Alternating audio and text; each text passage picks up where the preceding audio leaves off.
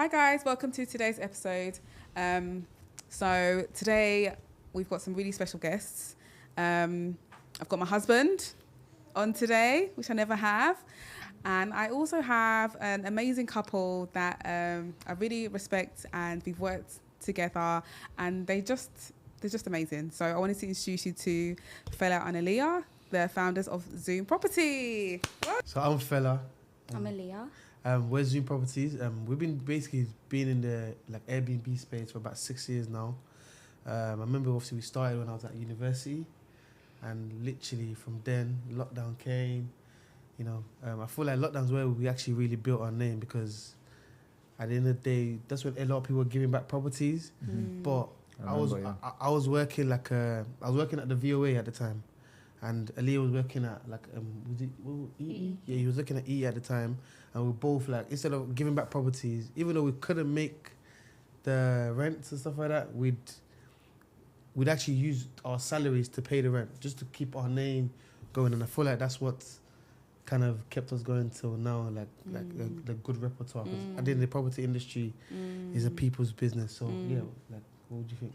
Yeah, no, just to add to that, obviously now we've scaled over 6 years. So we started off with 1 beds, 2 beds. Now we've got hotels, huge mansions, farmhouses, cottages, and managing a lot more properties basically. And I have to give the hotels and mansion thing to you guys, because that's what you guys actually opened our eyes to. I remember when we got our first one, I called Dami, I was like, we've got one in was it Tewkesbury? Yeah. I remember I was literally on walking up and when you're on the phone and you just carried away. I'm walking up and down the drive. I'm like, yeah, because you sent us another one in London at the time. Yeah, I remember. And I was saying you opened my eyes to this. It's crazy. When you told me about you were gonna take it, or you were thinking, should I take? What did I say to you? Do you remember? Yeah, I think you were just saying look, you basically said it's gonna change a lot of things at the time. Yeah. And we should just take the leap, and obviously, because that was meant to be London. So what we got in Birmingham was much cheaper. Obviously, it's still a mansion, but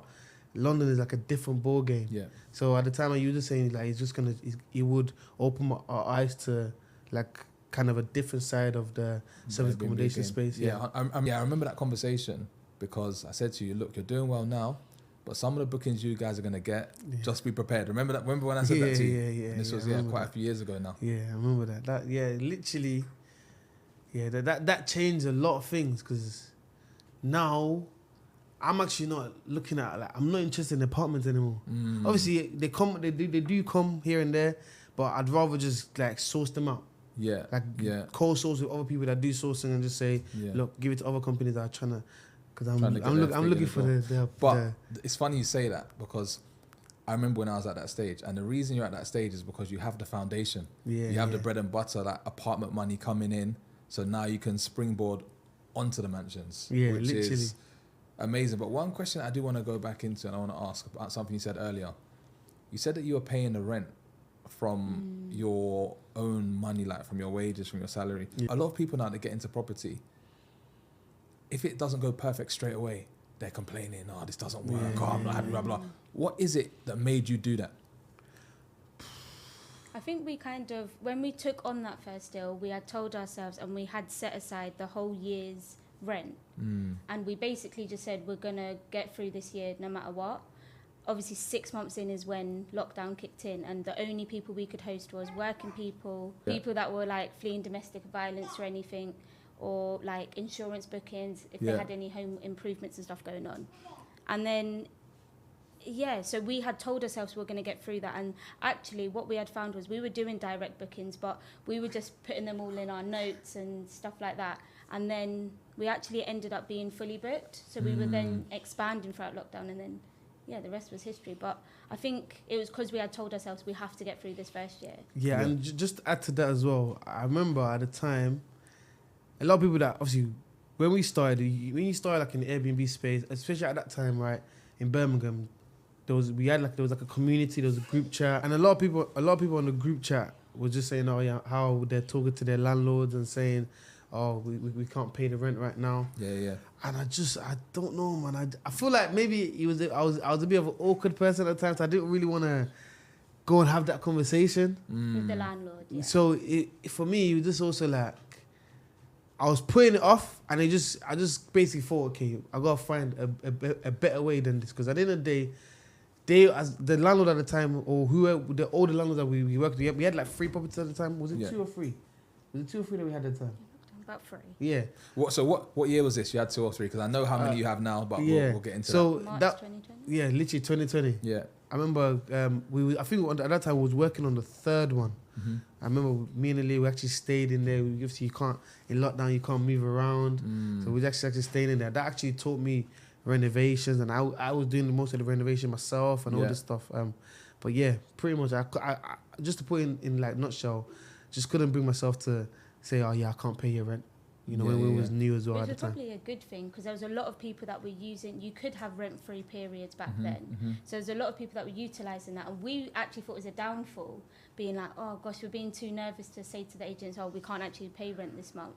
But now we know other SA operators that took those rent-free periods who aren't in the industry anymore, but we're still working with those agents from back in 2019. Listen, you know what, that statement there, every single person that I know that was saying I can't pay rent and taking up grace periods, or like, what were they calling it? Like holiday, like rent. What were they calling it? There was like Holidays. a break in the Holiday mortgage break or and- whatever. They were, like, and they're not paying their rent.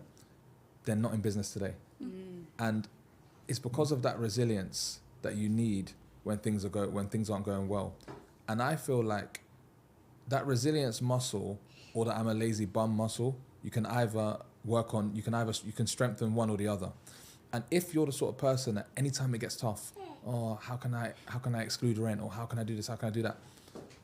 You're not strengthening that business muscle of creativity, of let me find a way, of like making sure that no matter what, I'm going to pay the rent. And I'm very similar to you. Like, I always want to find a way in business. You know, you have to kill me before I quit.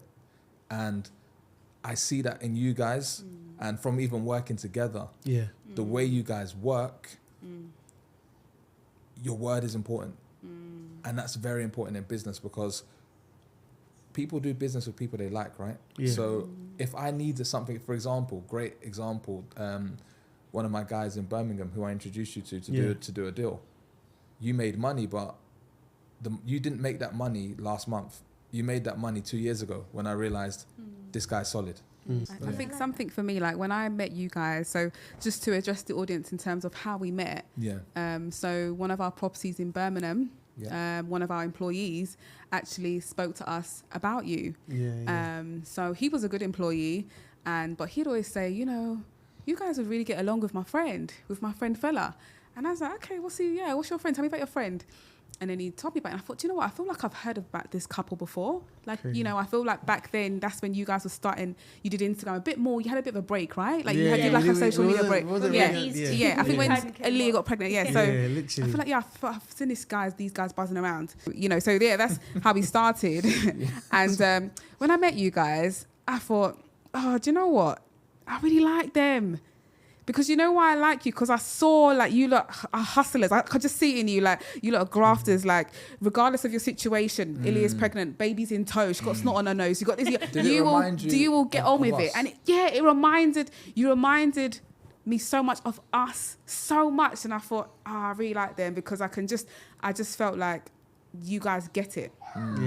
You know, and I knew that we'll be able to do business with you. I knew that there'll be, you know, we'll be able to deal with you in a professional way. I just knew it, that something has sparked from this, you know. So that was how it started. And, you know, every time I think about you guys, and I think that, you know, you lot are really on your way to just doing so well, because the foundation's in there. And it's so funny, because I feel like you guys are Gen Z, right? Yeah. So how old are you guys? Well, I just turned 27. Okay. No, same. I don't know why you So said you're both it. So you're both 27. Like, come on, like, And you've been in business how many credit years? where credit's due. Yeah, you've been in business for 6 years. So 21. How long have you guys been together in a relationship though? 10 years this year. 10, Okay, so you got together when you were like 17. 17, yeah. This is why I love you guys, because this is just like us. We literally got together, like, a lot of parallels. so much similarities, and you guys, I could just tell you guys just ride or die for each other. I can just tell. You haven't got to say anything. You know, I can see that you support him. I can see that you you are his backbone.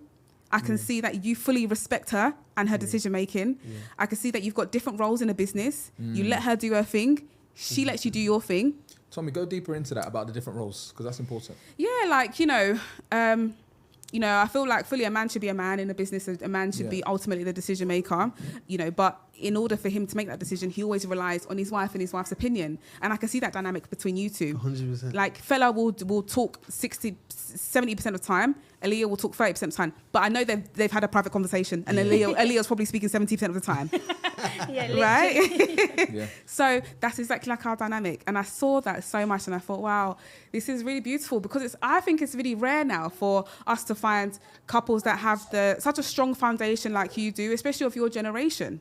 I see it more with our generation, but I don't see it with people of your age, So do you feel like that's a contributing factor as to why you've been able to grow and to, stay steady in business? Because it's been rocky, through COVID.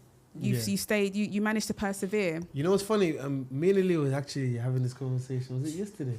About what is it? When I said that I met up with Luigi, and I just said, I feel like when we literally went on a walk. Oh yeah. And I was saying like, I feel like different people actually can do different business in different ways, and I feel like the way that we've done it is the way I feel like is what's allowed us to get this far and going to allow us to keep going far, because, I don't know where I'll be if I was like a single guy. I probably wouldn't be as focused, However, I've got my wife, got my 2 kids. Like, that has you can't not lock in. Like, you have to lock in. Yeah, it's a strong why, right? Yeah. And I feel like, I don't feel like, when you look at the facts and the statistics, the most successful men are married men. Yeah. The most successful businesses are often a married man supported with his wife, and they have a family unit. Yeah. The man is disciplined, the man is focused, the woman is disciplined, the woman is focused, and everyone comes together and they make something happen. So for the audience as well that don't know you guys, obviously you're Zoom Properties. You've been in business since 21. You do Airbnb, you do luxury properties, you do a little bit of staging as well for people. Yeah. What does business look like for you now? How many properties do you have? What's your turnover? What are your goals? What we find is, right, say we have a hotel, we'll say we have a hotel, whereas there's other people that will say, oh, that's 50 units. Yeah. So like that's the slight things that we find that differentiate. But I'd say if we were to say single like places within the hotel, it is just shy of like 100. Yeah. Turnover, we cringe at these things, but listen, this is what the people want to know. Turnover across like the group of companies. For the last year, I think it's about 1.2 million. Okay. And it was quite funny because we actually had like consultation with someone, and I said to them, our target is 100k a month. And then she done like her research and stuff, and she was like, I don't think you guys have realised you've done it. Yeah. And then we checked with the accountants, and we were like, what the hell? Like, we hadn't even noticed that we had actually done that. But yeah, it's just now we're actually focusing more on our team, we'd say is our goal. It's like strengthening our team and actually being able to step back a little bit more, because we are still quite hands-on. Okay. Yeah, well, I've noticed that, and I think I know what Tommy's going to say there. Is that it's funny because what happened to you exactly happened to us. So our accountant was the one that let us know you guys had done your first million. We didn't actually know. And he got on the phone and he was a bit like stuttering, and we're like, what's wrong, David? What's going on? And he was like, you guys have done 7 figures this year. And we're like, oh, okay. Doesn't feel like it. Yeah, like nothing changes. Nothing changes, right? And we just saw like, okay, that's good. Put the phone down, get straight back to work. Like nothing changes. That was literally because I was on the phone when I was like, I went downstairs and I was like, Fela, like we've actually been doing 100k a month, and exact same situation. Fela was like, oh, okay, cool, perfect. And that's then we just get back to work. Literally. Fela, I know you're somebody that's very good at working in the business, and you like to do your own things. You can paint, you can decorate, I've even seen you like build wood panel feature walls. I've seen you do a lot of stuff. I'm very big on working on the business. What is the reason now that you want to change from working sort of more in the business to on the business? Like one main thing, right? I'd say I read a book called Who Not How, and that changed my mindset a lot. I read it about like 2 years ago.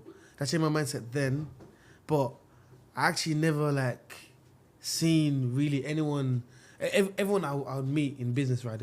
Like you go down the road, the shopkeeper or my friend, like a mechanic, is always in the business. So I kind of didn't see an example of someone that's like working on their business kind of, and I never seen anyone that did it successfully, rather, right? And I remember actually when I met you guys, this is so fun. I spoke to Alliyah about it, and I remember you like one of the main things I asked you at that time was because I know your places look nice, everything, right? And that was one thing I just didn't know how to hand over to someone else, right? And I was just mainly like, okay, I need to work on this. I need to always make sure that I'm the one doing this, so that's how I can get it perfect. You know, like I'm kind of like a perfectionist. Like if something is slightly off the middle of the wall, I'd have to do it again and stuff like that, right? So I remember you did like the light thing, the panel walls, the lights, and I remember asking you at the time. Remember, you know what? It's funny because this was like 3 years ago, maybe. Yeah. And I remember I showed you the picture in our office, and the way you're looking at it, you're like, bro, I need to do that. And I think your next property, I saw that you did that. Yeah, literally. But the main thing that kind of changed my mind is like, you didn't do it yourself. Yeah. And I was just trying to figure out how to do it constantly. Like I was just constantly in my head like, okay, how can I get someone to do it this good, but without me doing it? And it's been difficult. I know we're still trying to get to the stage where we're not completely hands off, because I don't think you're ever completely hands off, but as hands off as can be. Meeting people like you guys that are actually working on the business successfully. Yeah. That's what changed like our mindset, really. Would you agree with this statement? 80% done by someone else is 100% better than it being done by you. I'm slowly warming up to that statement, but yeah, I'd agree. Yeah, I'd agree. But the thing is also, I feel like it's also getting someone that is a specialist at that. Because, again, one main thing that I've also realized recently is that when you've got someone else doing it, you might want to go, it's very easy to go cheap, right? And you can really mess up. Like you could try to find a handyman, and I think you actually, there's one of your YouTube videos you mentioned this, right? And I think you were doing like a media wall. Yeah. And you said something about these guys are doing the media walls every single day. Yeah. It's better to get people to specialize in that, rather than trying to get one handyman that can do everything. 100%, because what I said was that these guys, they've been doing media walls for 5 years. Yeah. They do 3 media walls a week minimum. So I was calculating how many times have these guys done a media wall. These guys have done their 10,000 hours. Yeah. Yeah, you can get a builder that can come in and say they can do a media wall, and maybe they can. Maybe they'll do a 6 out of 10 or 7 out of 10. And maybe you'll save a little bit of money, but where you'll spend the money is the fact that you don't have the quality and you have to do it again in 6 months, or people start to complain. This media wall was done, 6 months ago now? It's still perfect. These guys have given a 10 out of 10 because they're specialists. Yeah, 100%. So I think that statement that you made, I feel like it's correct, and I agree with it, but it's about who you get to do the work. That's the most important thing. Because 80% from a specialist is definitely better than my 100%, because I'm not going to be a specialist. And it's definitely better than someone who's like a jack of all trades. And there are people that are better than you, bro. That's another thing you have to accept in business. There are people, you just have to find them, that are better than you at absolutely everything in business. 100%. You just have to find them. That was hard for me as well. Like, Dammy's really good at that, but that was hard for me. Even like the paperwork, I'd always be like, no, I've got to do the contract, I've got to do everything. But he was just like, other people can do contracts, babe. It's not that hard, But Literally. I was like, no, only I can do it. Now it's like, if I've got to do a contract, I'm just like, why can't, So it's good because it does stretch your mind, and it does, you can be doing something better with your time. Yeah. When you are in business, when you kind of delegate things to the right people, you can actually do more high tasks, like tasks that actually bring money into revenue building tasks, high value tasks. That's what you should be focusing on. 20% of your most high value tasks will bring in 80% of your revenue. So don't be like a lot of people that get stuck on 80% low value tasks, which maybe only bringing in 20% of their revenue. I think you guys are really inspirational, to be honest. I think that more of the audience needs to, like, the world needs to hear from people like you, because you're young, you're married, you've built a business that's turning the revenue is up to $1 million. You're growing. Yeah. You've got 2 kids. You're not even 30, right? So it's like, you know, you guys, even the fact that you've got your kids here today, I love it because you don't let your kids stop you in business. And that's the thing. A lot of people would say, oh, my kids are young, I can't do it. But you're literally here in a podcast studio in Dubai with your kids. So I wanted to ask you, as a woman, especially because a lot of my audience are women, I think it's so important. I love to empower women that are doing bits and they haven't used anything as an excuse. And I feel like you are the epitome of that. 27, married, a business that is turning over millions, and 2 kids. So did you ever, any point in your life, feel like, I can't do it?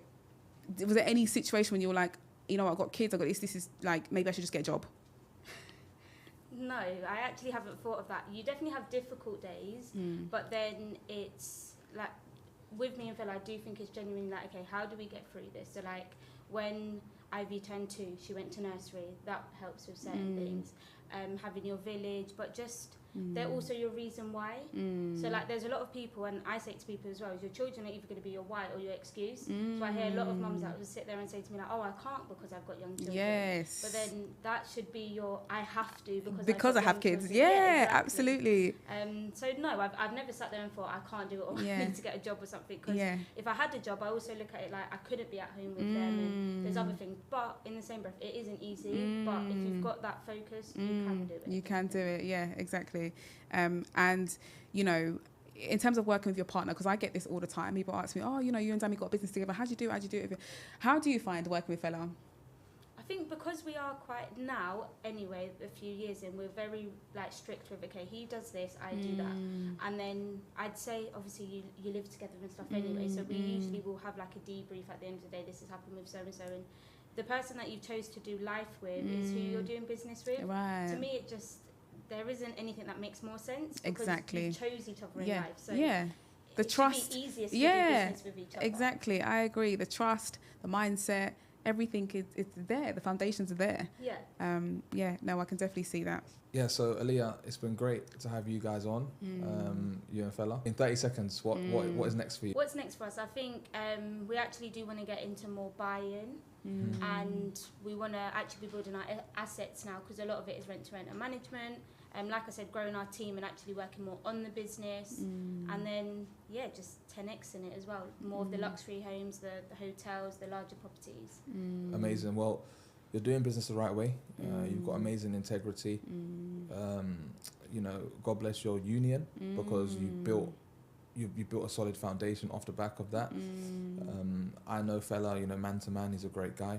So I think I'm interested, and I think that I can speak on behalf of the audience to say we're very interested to watch your journey. Where can they find you?